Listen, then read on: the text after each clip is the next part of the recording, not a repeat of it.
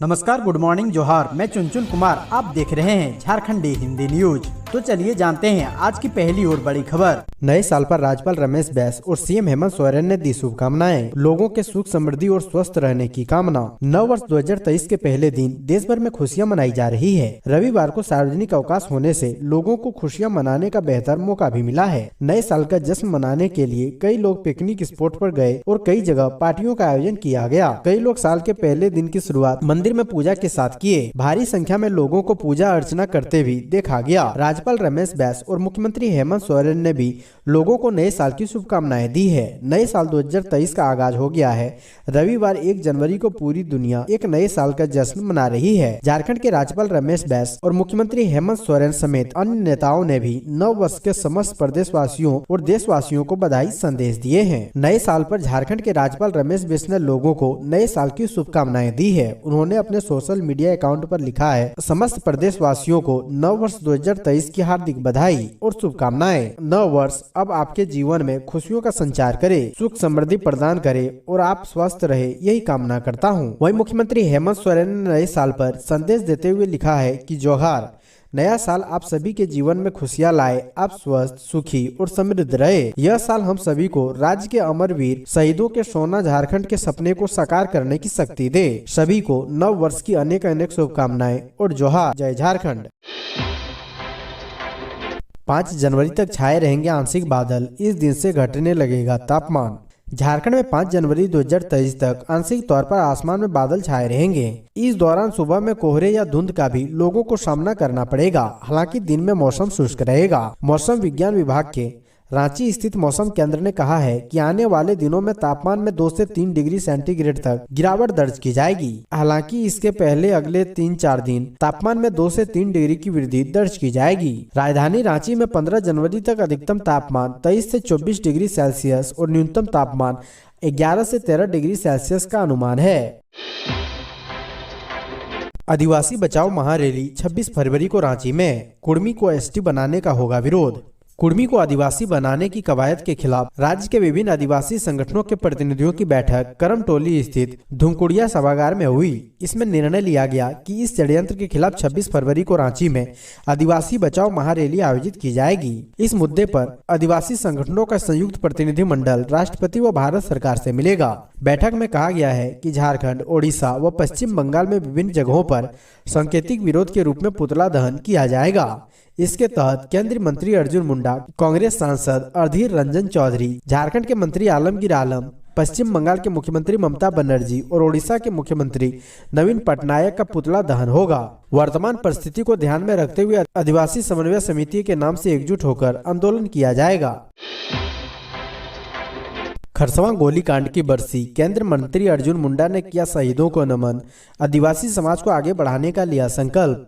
खरसवां गोलीकांड के शहीदों की वेदी पर संकल्प लेने की जरूरत है कि आदिवासी समाज पीछे न छूटे। यह बातें केंद्रीय मंत्री अर्जुन मुंडा ने खरसवां शहीद दिवस के मौके पर शहीद वेदी पर श्रद्धांजलि देते हुए कही। 1 जनवरी 1948 खरसवां गोलीकांड में शहीद हुए लोगों को श्रद्धांजलि देने केंद्रीय मंत्री अर्जुन मुंडा पूर्व घोषित कार्यक्रम के तहत शहीद स्थल पर यात्रा करते पहुंचे। केंद्रीय मंत्री ने शहीद वेदी पर माल्यार्पण के बाद पत्रकारों से बातचीत के क्रम में कहा है, प्रतिवर्ष शहीद दिवस पर लोग शहीदों को श्रद्धांजलि देने यहाँ पहुँचते हैं। बलिदान देख दुख तो होता है, लेकिन आज शहीदों के प्रति जो सच्ची श्रद्धांजलि देने जनसैलाब उमड़ता है, उसे देखकर तसल्ली मिलती है। लातेहार में जंगली जानवर के हमले में एक शख्स की मौत, ग्रामीणों का हंगामा, 4 लाख मुआवजा व नौकरी का आश्वासन। लातेहार जिले के बरवाडी थाना क्षेत्र के छेछा पंचायत के पठान टोला में रविवार की अर्ली सुबह 60 वर्षीय मुश्ताक खान पर जंगली जानवर ने हमला कर दिया। इस हमले में मुश्ताक खान के मौके पर ही मौत हो गई। घटना की सूचना मिलते ही विधायक रामचंद्र सिंह मौके पर पहुंचे। उन्होंने वन अधिकारियों से दूरभाष पर बात की। डीएफओ आशीष कुमार ने 4 लाख रुपए व मृतक के आश्रितों को सरकारी नौकरी देने का आश्वासन ग्रामीणों को दिया। मनरेगा मजदूरों की मौत पर आश्रितों को मिलेगा मुआवजा। साल में 15 दिन मनरेगा में मजदूरी करना अनिवार्य। मनरेगा जॉब कार्डधारी मजदूर अगर जॉब कार्ड बनाकर मनरेगा के तहत कार्य नहीं करते हैं तो उन्हें कार्य करने की जरूरत है। साल में कम से कम मनरेगा जॉब कार्डधारियों को 15 दिन कार्य करने की जरूरत है। यदि वे 15 दिन भी कार्य करते हों और जॉब कार्ड में एंट्री कराते हों तब दुर्घटना में या फिर नॉर्मल मौत होने पर उनके आश्रितों को मुआवजा दिया जाएगा। दुर्घटना में मौत पर 2 लाख और नॉर्मल मौत पर 1 लाख रुपए का मुआवजा दिया जाएगा। दुर्घटना में मौत होने पर मनरेगा मजदूरों के आश्रितों को 2 लाख रुपए और नॉर्मल मौत होने पर 1 लाख रुपए आश्रितों को मुआवजा मिलेगा। विधायक विनोद कुमार सिंह ने गिरिडीह के बगोदर विधायक विनोद कुमार सिंह ने यह जानकारी मनरेगा मजदूरों को दी है। उन्होंने मनरेगा मजदूरों से अपील की है कि वे कम से कम साल में 15 दिन कार्य जरूर करें और जॉब कार्ड में एंट्री भी करवाएं। चूँकि कई बार दुर्घटनाओं में मजदूरों की मौत होने के मामले सामने आते हैं, ऐसी स्थिति में उनके आश्रितों को आर्थिक सहयोग मिल पाएगा। प्रेम त्रिकोण में युवक की हत्या, पहले पिलाई शराब फिर पीट कर उतारा मौत के घाट। खुट्टी के तोरपा थाना क्षेत्र के झटनी टोली की छोपी नदी के पास तोरपा पुलिस ने 30 दिसंबर को एक युवक का शव बरामद किया था। शव की पहचान कमडारा थाना क्षेत्र के उरुगुटू गांव निवासी कमल तोपनो 18 वर्षीय कमल तोपनो पिता झगरू तोपनो के रूप में की गई। कमल के स्वजनों ने पुलिस को बताया कि कमल गुरुवार की रात एक शादी समारोह में शामिल होने तोरपा की 12 कुल्ली पंचायत के झटनी टोली गाँव गया था। शुक्रवार को ग्रामीणों ने देखा कि झोपी नदी के झिलिंगदोन के पास एक शव पड़ा हुआ है। ग्रामीणों ने इसकी सूचना तोरपा थाना के पुलिस को दी। जानकारी मिलने के बाद थाना प्रभारी मनीष कुमार और एसआई महती बोपाई घटना स्थल से कमल के शव को कब्जे में ले लिया और पोस्टमार्टम कराकर शव को परिजनों को सौंप दिया। पुलिस ने बताया कि शव को देखने से पता चल रहा है किसी लकड़ी के टुकड़े से उसके सिर में पीट कर हत्या कर दी गई है। इसके बाद पुलिस मामला दर्ज कर छानबीन में जुट गई है। स्वजनों से पूछताछ के क्रम में उन्होंने पुलिस को बताया है कमल 1 साल से तोरपा के पाटपुर में एक लड़की के साथ लिव इन रिलेशनशिप में रह रहा था। नशे की हालत में चला रहे थे तेज रफ्तार कार, अनियंत्रित होकर पेड़ से टकराई। नए साल का जश्न मनाकर आ रहे थे वापस। गढ़वा मंझियाव रोड पर मेराल के बोकेया गांव के पास रविवार शाम तेज रफ्तार कार अनियंत्रित होकर सड़क किनारे पेड़ से टकरा गई। इस घटना में कार चालक की मौत हो गई, जबकि उनमें सवार 3 लोग गंभीर रूप से घायल हो गए। तीनों घायलों का सदर अस्पताल में इलाज चल रहा है। जानकारी के मुताबिक चारों लोग पिकनिक मनाकर कार से वनांचल डेंटल कॉलेज परिसर लौट रहे थे। इसी दौरान मेराल के बोकेया में यह घटना घटित हो गई। बताया गया है कि चारों लोग शराब के नशे में धुत थे। प्रत्यक्षदर्शियों के अनुसार कार की रफ्तार तेज थी। नशे की हालत में कार चालक ने सड़क किनारे पेड़ में टक्कर मार दी। इस घटना में राकेश सिंह यादव की घटना स्थल पर ही मौत हो गई। बड़ी मशक्कत के बाद उसके शव को कार से बाहर निकाला जा सका।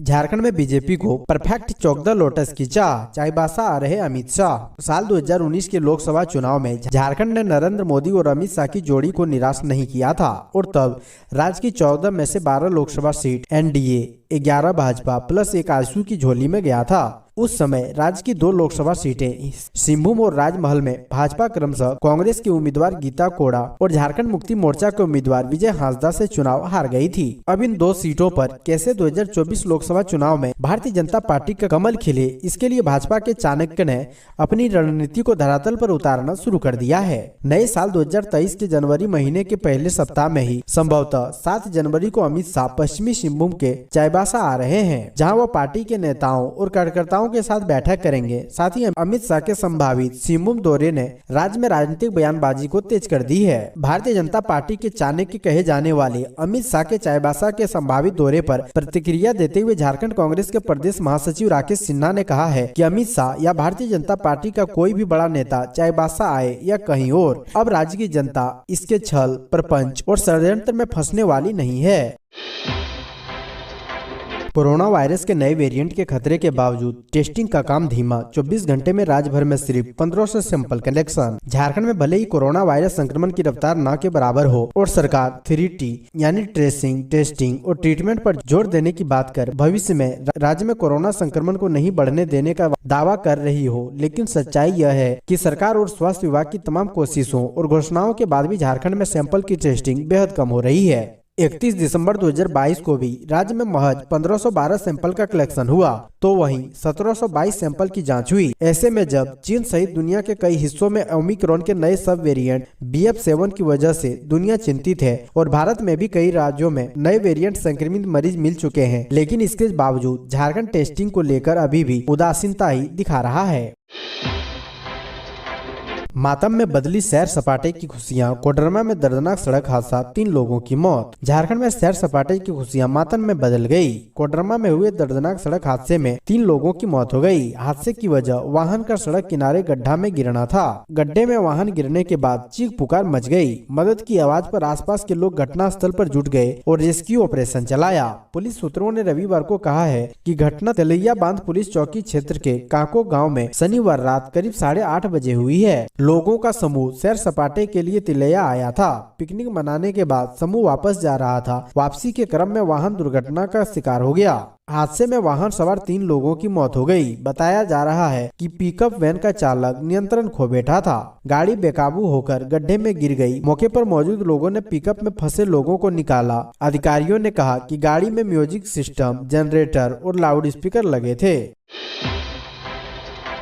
झारखंड एवं गुजरात के मुद्दों को लेकर जैन समाज ने दिल्ली से लेकर मुंबई तक किया प्रदर्शन। जैन समाज के लोगों ने राजधानी दिल्ली समेत देश के कई शहरों में विरोध प्रदर्शन किया है। ये विरोध प्रदर्शन झारखंड सरकार द्वारा श्री सम्मेत शिखर जी को पर्यटन स्थल घोषित करने और गुजरात के पालीताना में उनके मंदिरों में तोड़फोड़ के फैसले के खिलाफ आंदोलन किया गया है। दिल्ली के इंडिया गेट से लेकर महाराष्ट्र के मुंबई में बड़ा विरोध प्रदर्शन हुआ है। दिल्ली में राष्ट्रपति को ज्ञापन सौंपा गया है। बताते चले कि झारखंड सरकार ने जैन के पवित्र स्थल भगवान पारसनाथ पर्वत को पर्यटक स्थल घोषित किया गया है, जिससे वहाँ पर होटल खुलेंगे। इसी बदलाव से जैन समाज नाराज है और विरोध के लिए सड़क पर उतर गया है। इसके साथ ही गुजरात के पालीताना में उनके मंदिर में तोड़फोड़ के फैसले से ये नाराज हैं। जैन समाज के प्रतिनिधियों ने कहा है कि हमने शांतिपूर्ण तरीके से अपनी मांगे रखी है। सरकार को ये नहीं भूलना चाहिए कि जैन समाज आबादी में भले ही देश का सिर्फ 1% है, लेकिन वो देश का कुल 24% टैक्स देने वाले समाज है।